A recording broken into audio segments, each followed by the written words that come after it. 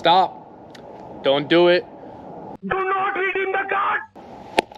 Welcome back to the channel. In today's video, I'm going to reinstall my spark plugs on my G37, and I'm also going to tell you guys why you should not put GTR spark plugs on your VQ. Listen, I know you really want to, but trust me, you're going to want to listen to this and you're going to want to see the examples that I give you. All right, so right over here I have my G37. The rear's on the ramps. I'm going to get more into that later, but for now I'm just going to pop the hood, get everything out to replace the spark plugs. What you're going to need is you're going to need to get the, if you have the strut brace, you're going to need to take the strut brace off using the 17 mil, and then using another socket. I'll get the sizing of that later. I know which one it is, I just forgot off the top of my head, but you're going to need the strut brace off, and then you're also going to need to disconnect a couple PCV hoses and actually also take the throttle bodies off to reach the last ones in the back. So it's going to be these over here, and then I believe the Allen key size 5, if I'm not mistaken. So I'm just gonna take it apart one at a time. You guys know the drill by now if you've seen the other videos. Just in case, I'm gonna briefly go over one by one. So to take my strut brace off, you have the 17 mil that goes on in the back over here, and then in the front you're using the Allen wrench size 8. So that's the one that goes into here.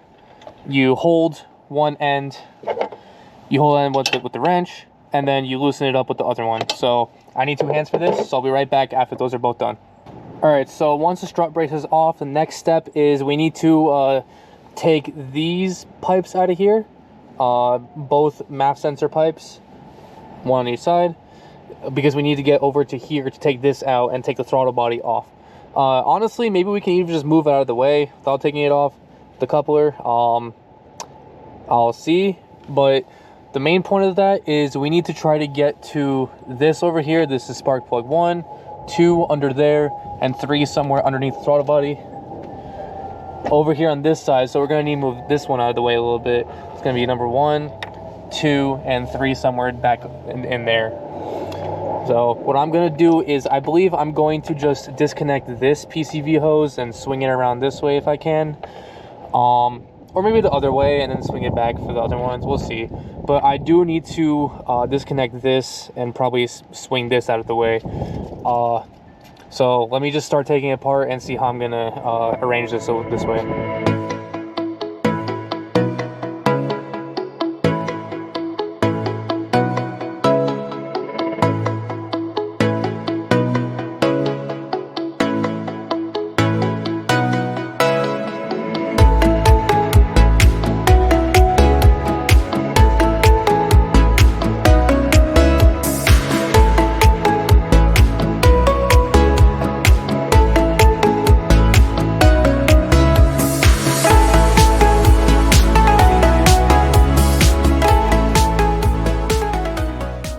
Alright, so next step, what we're going to do is I'm going to switch out this size 8 Allen wrench for a size 5, because that's how we get the throttle bodies off in order to reach the coil packs all the way in the back. For this one on the bottom right, it's recommended to switch to a shorter length because you got the AC line in the way over here, so you don't want to like knock into that, or maybe strip the inside of the this inside of the screw right there.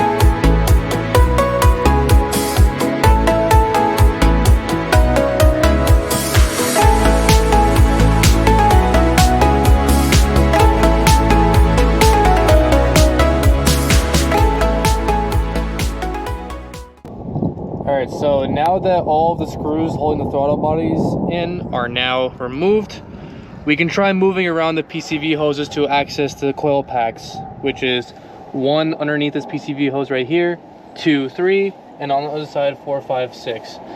So I'll show you guys why you do not want to use GTR spark plugs on your normal VQ.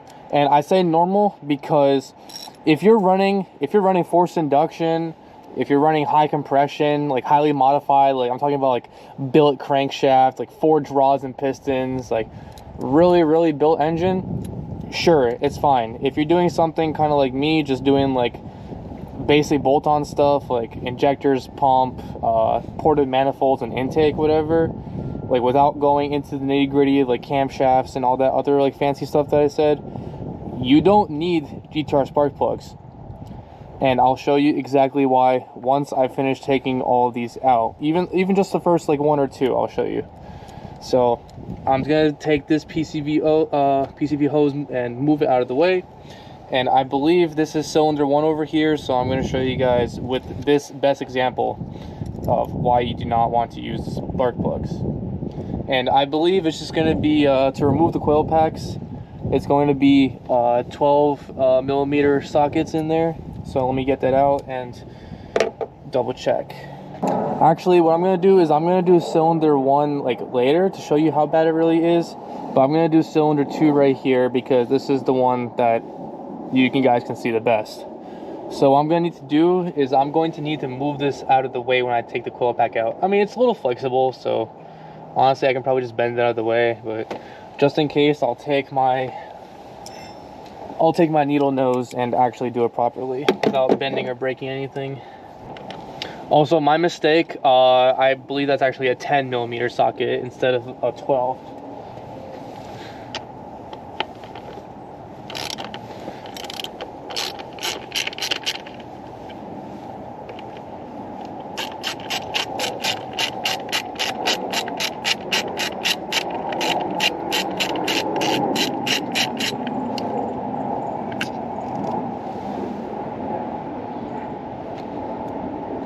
So you just undo the 1 screw, then you gotta pop it out a little bit, and then from there you can disconnect the harness. You can pull it to yourself first to make it a little easier. There you go. And now Z1 coil pack is out. Now spark plugs are deep in there, so what I need to do is I already have my ratcheting wrench with a little extension, which then goes into the adapter for the 10 mil and then the 10 mil. I'm gonna take the 10 mil and the adapter off because I need to get another extension, and then I need to get a specific magnetic socket, magnetic, what do you call it? Spark plug socket, that's what it is. So here we go. Ratchet, extension, another extension, and then spark plug socket. And with that, now we can get into the spark plug and actually get it out now.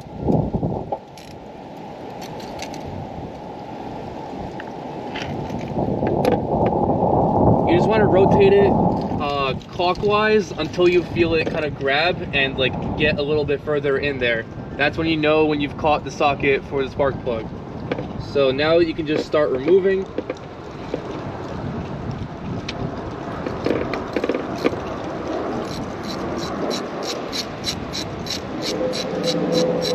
It's recommended to have a little bit longer, although it's not impossible to do like this. It's just recommended to make your life a little bit easier. And also power tool, that's a big plus as well.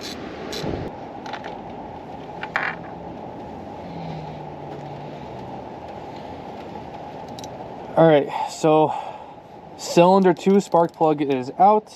Let's take it out from here. And it's still a little bit hot because I was just driving home from work, but this is not a good spark plug. This is not what a good spark plug should look like. First of all, when I actually touched the thread, fuel came off. Fuel came off onto my finger, so this is not good. What these spark plugs do is they burn too hot. Like between the diodes and electrodes over there, they burn too hot, and they're not efficient. So they don't burn all of the fuel in the actual engine. So that's why this threads over here is really black. That's all fuel on there. That's all unburnt fuel, which could lead to engine flooding. It could be running a little too rich. Although this happens with the spark plug, it's not really going to like show you codes for that. If anything, it might just have some excess fuel coming out the back. That could be why there was some white smoke coming out a little bit more than there should be. But also, I don't know if you guys can see this, but yeah, it's not going to focus.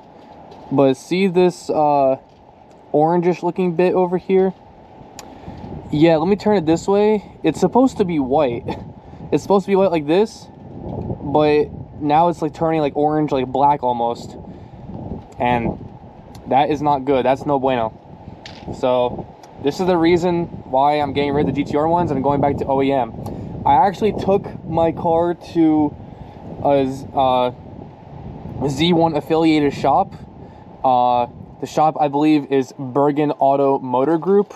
They're located in Newark. I'm going to link to their Instagram or something in the description if I can find it and find the link and do that. But the owner, Raul, great guy. He told me that these GTR spark plugs are actually what he had on his G37 as well. And then he knows he was having problems and went back to the OEM ones because of this situation that happened. Now, I've been racking my brain for months trying to figure out, thinking it was something with the fuel pump. That's why I got the fuel pressure gauge over here. Go check out that video if you have not yet. But yeah, I'm going to swap it out for the OEM ones, and I'll show you what those new ones look like. So, in the protective covering, this is what OEM G37 spark plugs look like. No fuel on the threads. See, this area right here is still very, very white, which is good. That means it's not going to, like, obviously they're brand new, so they're not going to have anything on them. So how you install these is you're going to hold it carefully.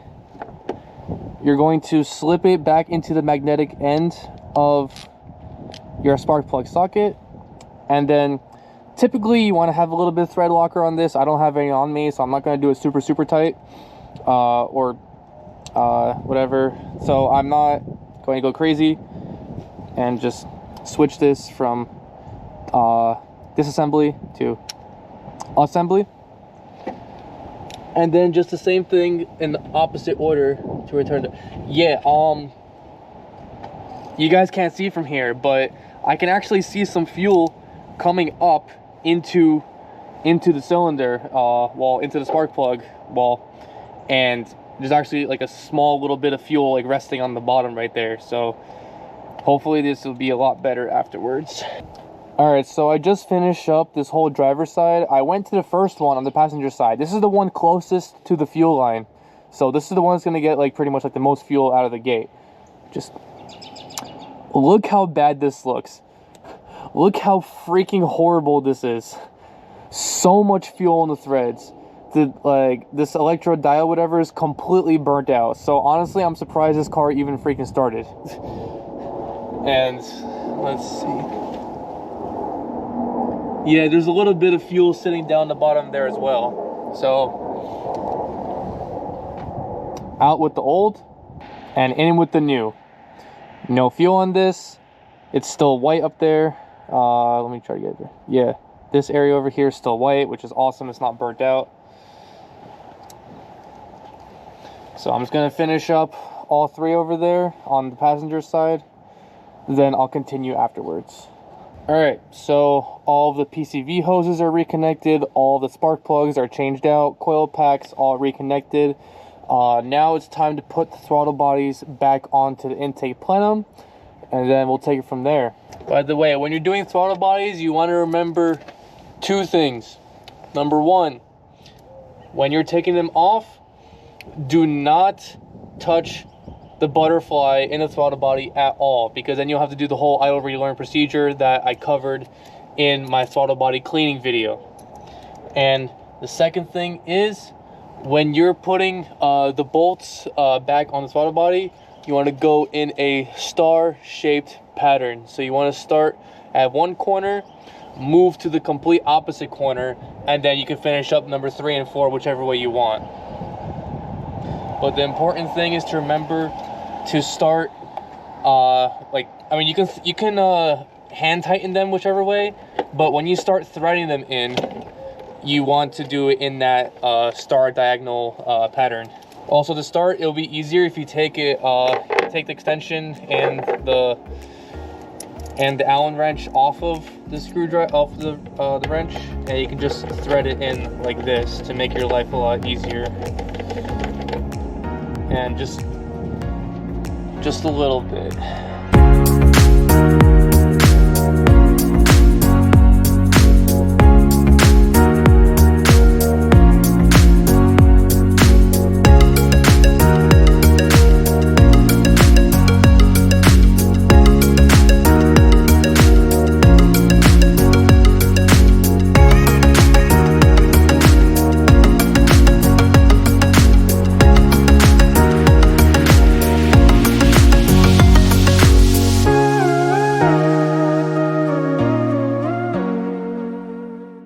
Alright, so everything in the engine is reattached. I'm going to get these tools out of here. I'll put the strut bar on later in a bit by myself, but for now I just want to turn it on and see how it runs, if it does at all. So yeah, let's see.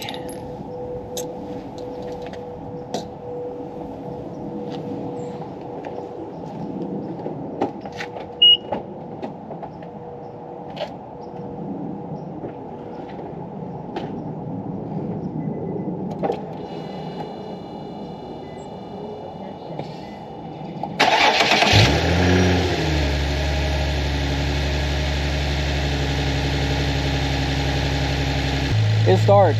Awesome, that means I did something right. Okay.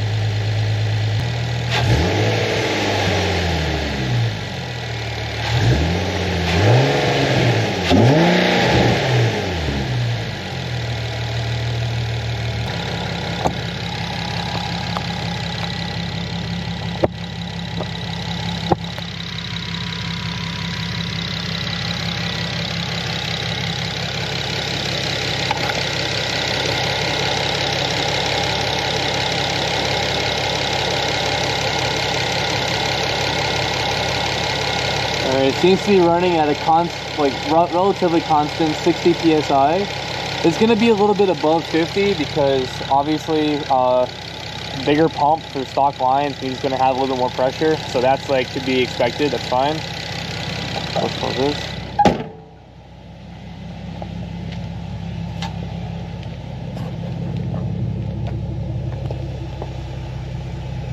Sounds like it's running perfect over here. There's maybe just like slight like little mist, like maybe probably from evaporation in the exhaust. Nothing too crazy to worry about. Like we have, I don't know if you can see it, but we have like a small cloud that either could be leftover unburnt fuel, or it could just be evaporation in the exhaust. I don't know, but it seems to be working fine. I'll take it out for a drive in a little bit. Alright, so driving on some local roads, I've done like, not really pulls, but I've done a little bit of some accelerations. I haven't gotten like full 100% like down like full beans yet. That would be in a little bit, but for what it is right now, like this already feels a heck of a lot better than the GTR spark plug. It still needs time to break in as well. It could also be like burning off some excess fuel left over by the old spark plugs. But this thing feels good, especially at the lower RPMs where I was having trouble before. It's like really starting to pick up. So all right, so I'm starting at 40 miles an hour. Let me go into manual mode.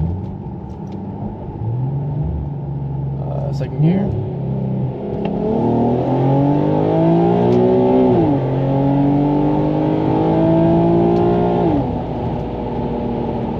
Okay. It could be placebo effect, but it does feel a little bit better. again, it could be placebo effect. The only way to know is to line it up against somebody again, but I don't have anybody to line it up against right now. Let me do like a third gear.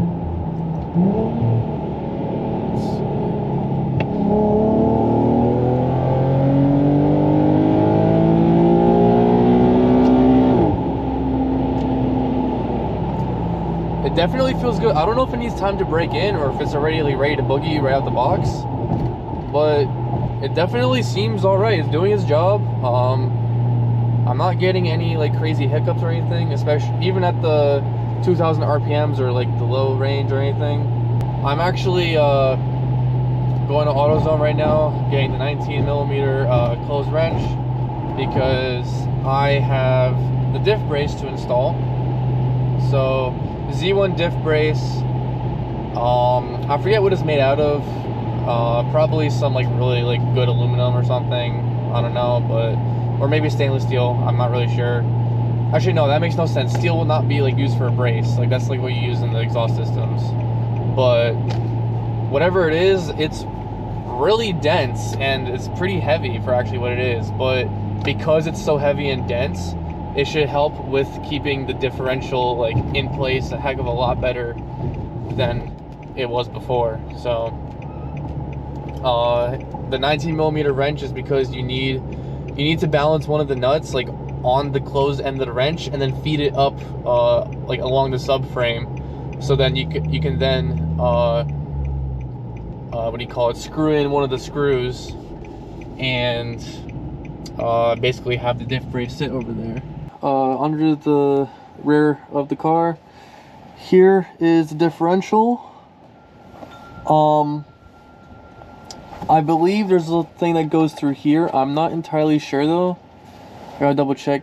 Man, this thing's rusty as shit. But I'm gonna have a double look over at the instructions. Alright, so it says remove 2 bolts on the bottom right of the rear differential housing cover. So I'm assuming it's talking about this and this. These two right there. So you're gonna need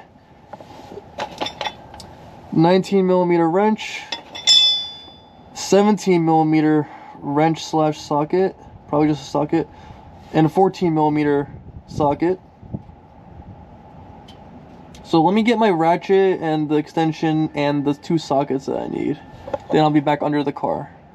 Oh, also kind of near the end of this, you're gonna need a torque wrench. So I brought that under here while I'm here as well. So, damn, just looking at these nuts over here. These get really rusty. Man, screw New Jersey weather. Freaking New Jersey weather makes all this like stuff rust under like crazy with the road salt. When you like, look at this sway bar. Look how disgusting that looks. Look at that. Ugh. Alright, so anyways, it says remove 2 bolts on the bottom right of the rear diff. So these are 14 mils. Alright, so breaker bar is secured. Now, I just have to be careful with this to not slam against the exhaust, because that would suck. Look at those dust and dirt shavings that are on there. So you can use a ratchet, but power tools are definitely a nice option to have, because just doing this on repeat freaking sucks. So that's these 2 out. So remove those. Then time to open the bag. So we have our diff brace over here, which is freaking heavy, by the way. This right here is the passenger side of the exhaust. Like over there is the resonators. Like, so we're a little bit back, right before the bend for the mufflers. This is the diff right here. This is the subframe. It wants me to get the 19mm wrench. Well, first of all, put the nut onto the wrench and then feed it through here to get it to a hole in there, which comes out. There's that hole right there. I believe it wants me to feed through this area right here where this gap is. This is gonna suck. So I need no camera for this. I need all my concentration. I'll be back once this is put on here, because what it wants me to do is slide it through this area here, hold it up against kind of the hole right there, and then with the diff brace against that nut on this side, slide a screw through that. What the hell? All right, so this top one is loosely positioned in place, but so that's not going to move back and forth. Now I have to align the whole of that fin. You can't really see because of the camera, but you have to like align it up and down somehow. So I'm going to figure this out right now. The first screw that you should use is the 19 mil one. The next two will be the 14 mils. So the shorter one goes in between here, in between the fin, and then the longer one goes through this to the bottom. So I'm gonna try to figure out how I can get this in with this freaking exhaust pipe here. Okay, there we go.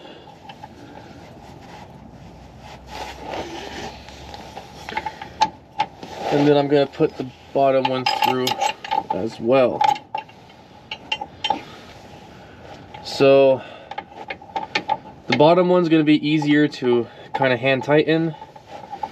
Top one, not so much. So I'm gonna see if I can work my hand. I have no clue how I'm gonna get a torque wrench into here, but we will find out. It says to increment torques down. I believe the bottom two are 32 foot-pounds, and then the top one is 55. I'll have to double check that. So I think I've pretty much done it. So right here is the brace. This has been torqued down. That one in there on the first small fin has been not torqued, because I need to do that still, but it's been tightened down to what I believe is the same tightness as this one down here.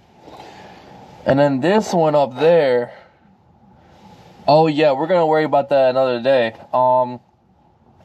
As you can tell, it's kind of impossible to get anything in between the screw on the left right there, and you see the line. You guys see the maybe like the black line where my shadow is, right where my finger is right there. Yeah, that black line interferes with the screw. Yeah, that black line. So you can't even like get any sockets or anything on here. So instead, what I'm doing is I'm getting a torque wrench adapter thing, so I can put. I'm gonna have to buy a second 19 millimeter torque wrench, so I can then put the open, like put the closed end on in there, keep it in place. Then get the second one, put the open-ended part on the screw while it's in the adapter, which is then hooked up to a torque wrench, which is going to close it somehow. So this needs to be torqued down to 55 foot-pounds. This one has been torqued to 32 already. This one just, the last one in the middle, just needs a second check to make sure it is at 32 as well. But for now, I'm going to leave this here. And with the magic of editing, the next clip I see will be after I finish putting everything together and torquing it down. So excuse me if I can't talk right now. I'm currently under a car and it's currently cold outside, and I'm done with this, and I just wish it was an easier way to get this on here. but diff brace is important, and you want important stuff to be tied down well. So, magic of editing, next clip. Alright, and we're back. So, what I did from before until now is going under here to get on this carpet because it's still a little wet outside.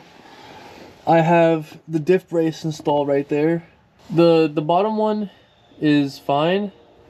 The middle one is a little bit hard to get to, and the last one up top is pretty much impossible. So an easy, well, not easy, but an easier way to do that is I have some tools over here that I'm going to show you guys. And I have goggles because you're working under a rusty underside. This is my torque wrench right here. Unfortunately, the other one didn't actually work with this, so I'll explain what I mean by that. So it's really difficult to get under there to actually like get to the bolts. So instead what I did was I got this tool right here, and this is an interesting tool. So you have a drive that goes in here. I needed the 1/2 inch drive torque wrench. That's why the other one didn't work, because it's only a 3/8 drive. And you have this over here. What that does is, let's see if I can show you guys right now. Let's see. So basically, you put a wrench into here, and yeah, so basically what it does is, I'm gonna put it on its side right now, and you notice how that's kind of like catching on it. I mean, it's a little bit sideways because it's not supposed to be like this, but I'm holding a GoPro in one hand. But you see how it's kind of catching onto it and it doesn't fall down. This is what you can use to kind of like get into narrow places. You can get the wrench in there and thread the wrench onto the thread. Then you have this tool, which then hooks up to the torque wrench. So you can kind of use that as not like 100% like foolproof, but as kind of like a better way to kind of torque things down and have a little bit better sense of mind on that. So using that, I finished up the diff brace over there, and it's as well in there as it's going to be without a professional mechanic getting in there. Maybe they have like some kind of special torque machine, I don't know, but that's the best it's going to get in there for now. So that is diff brace installed, and even with the driving I've been doing a little bit right now, like I haven't gone crazy, but just from spark plugs and the diff brace alone, my 0 to 60 time actually already improved by almost 1/4 of a second. So before, the best time I got was a 5.34, and now the fastest time that I got is 5.14. And this is through the Ecutech app also. This isn't even a draggy. So with the draggy, it will probably be closer to like, I don't know, 5.04, maybe like into like the high fours, maybe like 4.99 or something. Because the Ecutech 0 to 60 is a little bit inaccurate. I'm gonna see if I can talk to my friend and borrow his draggy again, and see if we can do some tests with that. See if it's a little bit better than before. But anyways, there is a gas can. Don't mind the DoorDash bag, but there is a gas can in here. This is going to be for a future video. And the next one, I have the finishing the front bumper installation. So I already got started on that like in the past before. I got started, like I'll show you guys what I mean. So come over here. This doesn't stay in, but I have a new fender liner, and I started putting on the undershroud. I have everything on except for like, I don't know, maybe like 3 screws, because I need a new bumper for that. But yeah, new fender liner over here, and that's a little something there that I'll show you guys in the video. But this still does not have the fender liner because, again, waiting for the hardware to come. Hardware did come, but I'm going to put the bumper on another day because I have work to go to soon after this. So I'm going to do that while all these videos upload to the cloud. And then new bumper. So I know this needs like a wash. It's a little dirty. This is gonna get like completely swapped out for a new bumper, but this needs a little wash on it. Oh geez, paint shipping over here. This needs a wash. Yeah, it just needs a good wash, but I want to put the new bumper on first before I do that. So I think with the spark plugs and the diff brace, don't mind this, like someone hit me. I'm gonna see if I can work on getting a rear bumper. But with the spark plugs and the diff brace, that's gonna be it for the video today. If you guys enjoyed this kind of content, G37, 370Z, yada yada. If you enjoyed, like, comment, and subscribe. Trying to reach out more people, and I will see you guys in the next video. Peace.